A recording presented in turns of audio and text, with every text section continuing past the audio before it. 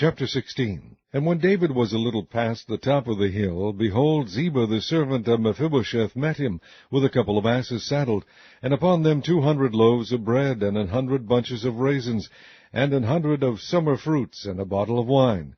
And the king said unto Ziba, What meanest thou by these? And Ziba said, The asses be for the king's household to ride on, and the bread and summer fruit for the young men to eat, and the wine, that such as be faint in the wilderness may drink. And the king said, And where is thy master's son? And Ziba said unto the king, Behold, he abideth at Jerusalem. For he said, Today shall the house of Israel restore me the kingdom of my father. Then said the king to Ziba, Behold, thine are all that pertained unto Mephibosheth. And Ziba said, I humbly beseech thee that I may find grace in thy sight, my lord, O king. And when King David came to Bahurim, behold, thence came out a man of the family of the house of Saul, whose name was Shimei, the son of Gera. He came forth and cursed still as he came. And he cast stones at David and at all the servants of King David, and all the people and all the mighty men were on his right hand and on his left. And thus said Shimei when he cursed, Come out, thou bloody man, and thou man of Belial. The Lord hath returned upon thee all the blood of the house of Saul, in whose stead thou hast reigned. And the Lord hath delivered the kingdom into the hand of Absalom thy son. And behold, thou art taken in thy mischief, because thou art a bloody man. Then said Abishai the son of Zeruiah unto the king, Why should this dead dog curse my lord the king? Let me go over, I pray thee, and take off his head. And the king said, What have I to do with you, ye sons of Zeruiah? So let him curse, because the Lord hath said unto him, Curse David. Who shall then say, Wherefore hast thou done so? And David said to Abishai and to all his servants, Behold, my son which came forth of my bowels seeketh my life. How much more now may this Benjamite do it? Let him alone, and let him curse, for the Lord hath bidden him. It may be that the Lord will look on mine affliction, and that the Lord will require me good for his cursing this day. And as David and his men went by the way, Shimei went along on the hillside over against him, and cursed as he went, and threw stones at him, and cast dust. And the king and all the people that were with him came weary, and refreshed themselves there. And Absalom and all the people, the men of Israel, came to Jerusalem, and Ahithophel with him. And it came to pass, when Hushai the Archite, David's friend, was come unto Absalom, that Hushai said unto Absalom, God save the king, God save the king. And Absalom said to Hushai, Is this thy kindness to thy friend? Why wentest thou not with thy friend?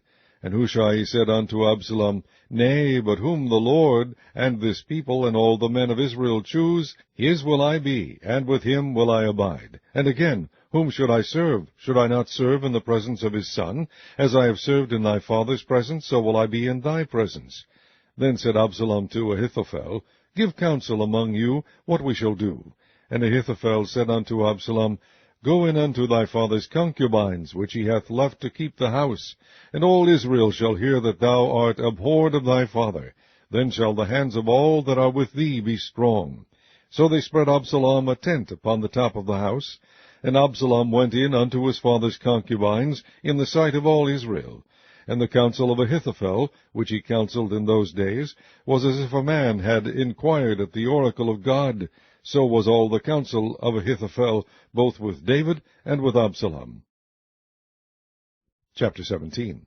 Moreover, Ahithophel said unto Absalom, Let me now choose out 12,000 men, and I will arise and pursue after David this night. And I will come upon him while he is weary and weak-handed, and will make him afraid, and all the people that are with him shall flee, and I will smite the king only. And I will bring back all the people unto thee. The man whom thou seekest is as if all returned, so all the people shall be in peace.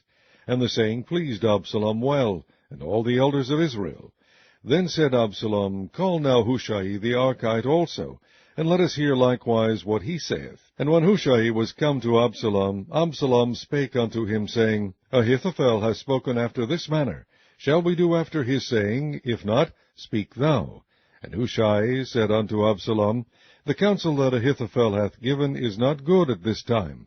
For, said Hushai, Thou knowest thy father and his men, that they be mighty men, and they be chafed in their minds, as a bear robbed of her whelps in the field. And thy father is a man of war, and will not lodge with the people. Behold, he is hid now in some pit, or in some other place. And it will come to pass, when some of them be overthrown at the first, that whosoever heareth it will say, There is a slaughter among the people that follow Absalom. And he also that is valiant, whose heart is as the heart of a lion, shall utterly melt. For all Israel knoweth that thy father is a mighty man, and they which be with him are valiant men. Therefore I counsel that all Israel be generally gathered unto thee, from Dan even to Beersheba, as the sand that is by the sea for multitude, and that thou go to battle in thine own person. So shall we come upon him in some place where he shall be found, and we will light upon him as the dew falleth on the ground, and of him and of all the men that are with him there shall not be left so much as one. Moreover, if he be gotten into a city, then shall all Israel bring ropes to that city, and we will draw it into the river, until there be not one small stone found there. And Absalom and all the men of Israel said, The counsel of Hushai the Archite is better than the counsel of Ahithophel. For the Lord had appointed to defeat the good counsel of Ahithophel, to the intent that the Lord might bring evil upon Absalom. Then said Hushai unto Zadok and to Abiathar the priests, Thus and thus did Ahithophel counsel Absalom, and the elders of Israel, and thus have I counseled.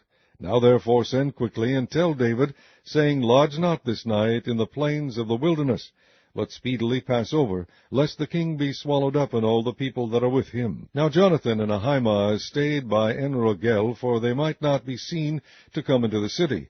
And a wench went and told them, and they went and told King David. Nevertheless a lad saw them, and told Absalom. But they went both of them away quickly, and came to a man's house in Bahurim, which had a well in his court, whither they went down. And the woman took and spread a covering over the well's mouth, and spread ground corn thereon, and the thing was not known. And when Absalom's servants came to the woman to the house, they said, Where is Ahimaaz and Jonathan? And the woman said unto them, They be gone over the brook of water. And when they had sought and could not find them, they returned to Jerusalem. And it came to pass, after they were departed, that they came up out of the well, and went and told King David, and said unto David, Arise and pass quickly over the water, for thus hath Ahithophel counselled against you. Then David arose, and all the people that were with him, and they passed over Jordan. By the morning light there lacked not one of them that was not gone over Jordan. And when Ahithophel saw that his counsel was not followed, he saddled his ass, and arose, and gat him home to his house, to his city, and put his household in order, and hanged himself, and died, and was buried in the sepulchre of his father. Then David came to Mahanaim, and Absalom passed over Jordan, he and all the men of Israel with him. And Absalom made Amasa captain of the host, instead of Joab, which Amasa was a man's son, whose name was Ithra, an Israelite, that went in to Abigail, the daughter of Nahash, sister to Zeruiah, Joab's mother. So Israel and Absalom pitched in the land of Gilead. And it came to pass, when David was come to Mahanaim, that Shobi the son of Nahash of Rabbah of the children of Ammon, and Machir the son of Amiel of Lodebar, and Barzillai the Gileadite of Rogelim, brought beds and basins and earthen vessels, and wheat and barley and flour, and parched corn, and beans and lentils, and parched pulse, and honey and butter, and sheep and cheese of kine, for David and for the people that were with him, to eat. For they said, The people is hungry, and weary and thirsty in the wilderness. Chapter 18. And David numbered the people that were with him, and set captains of thousands and captains of hundreds over them. And David sent forth a third part of the people under the hand of Joab, and a third part under the hand of Abishai the son of Zeruiah, Joab's brother, and a third part under the hand of Ittai the Gittite. And the king said unto the people, I will surely go forth with you myself also. But the people answered, Thou shalt not go forth, for if we flee away, they will not care for us, neither if half of us die, will they care for us. But now thou art worth 10,000 of us, therefore now it is better that thou succor us out of the city. And the king said unto them, What seemeth you best I will do. And the king stood by the gate side, and all the people came out by hundreds and by thousands.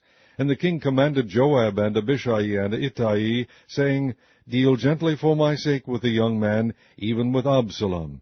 And all the people heard when the king gave all the captains charge concerning Absalom. So the people went out into the field against Israel, and the battle was in the wood of Ephraim, where the people of Israel were slain before the servants of David, and there was there a great slaughter that day of 20,000 men. For the battle was there scattered over the face of all the country, and the wood devoured more people that day than the sword devoured.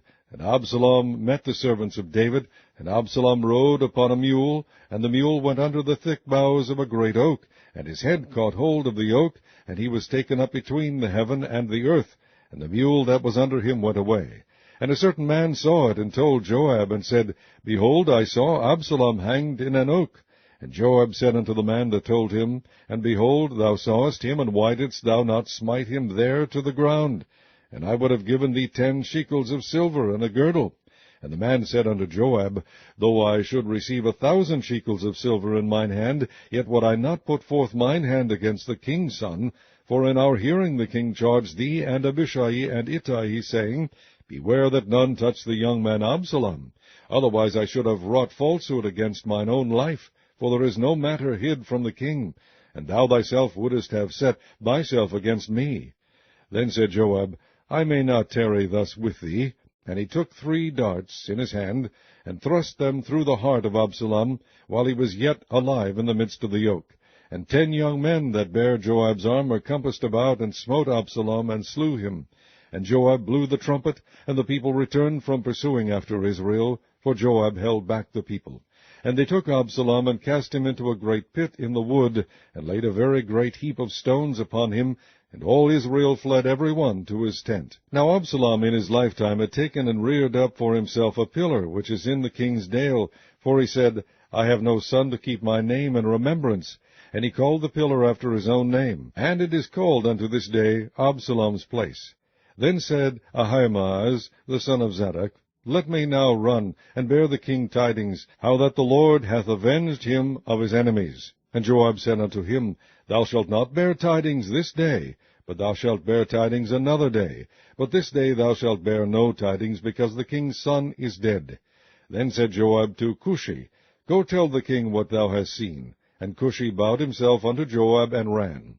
Then said Ahimaaz the son of Zadok yet again to Joab, But howsoever let me, I pray thee, also run after Cushi. And Joab said, Wherefore wilt thou run, my son, seeing that thou hast no tidings ready? But howsoever, said he, let me run. And he said unto him, Run. Then Ahimaaz ran by the way of the plain, and overran Cushi. And David sat between the 2 gates, and the watchman went up to the roof over the gate unto the wall, and lifted up his eyes, and looked, and behold, a man running alone. And the watchman cried, and told the king. And the king said, If he be alone, there is tidings in his mouth. And he came apace, and drew near. And the watchman saw another man running. And the watchman called unto the porter, and said, Behold, another man running alone. And the king said, He also bringeth tidings. And the watchman said, Methinketh the running of the foremost is like the running of Ahimaaz, the son of Zadok. And the king said, He is a good man, and cometh with good tidings. And Ahimaaz called, and said unto the king, All is well. And he fell down to the earth upon his face before the king, and said, Blessed be the Lord thy God, which hath delivered up the men that lifted up their hand against my lord the king. And the king said, Is the young man Absalom safe? And Ahimaaz answered, When Joab sent the king's servant, and me thy servant, I saw a great tumult, but I knew not what it was. And the king said unto him, Turn aside, and stand here. And he turned aside, and stood still. And behold, Cushi came, and Cushi said, Tidings, my lord the king. For the Lord hath avenged thee this day of all them that rose up against thee. And the king said unto Cushi, Is the young man Absalom safe? And Cushi answered, The enemies of my lord the king, and all that rise against thee to do thee hurt, be as that young man is. And the king was much moved, and went up to the chamber over the gate, and wept. And as he went, thus he said, O my son Absalom, my son Absalom, would God I had died for thee, O Absalom, my son, my son.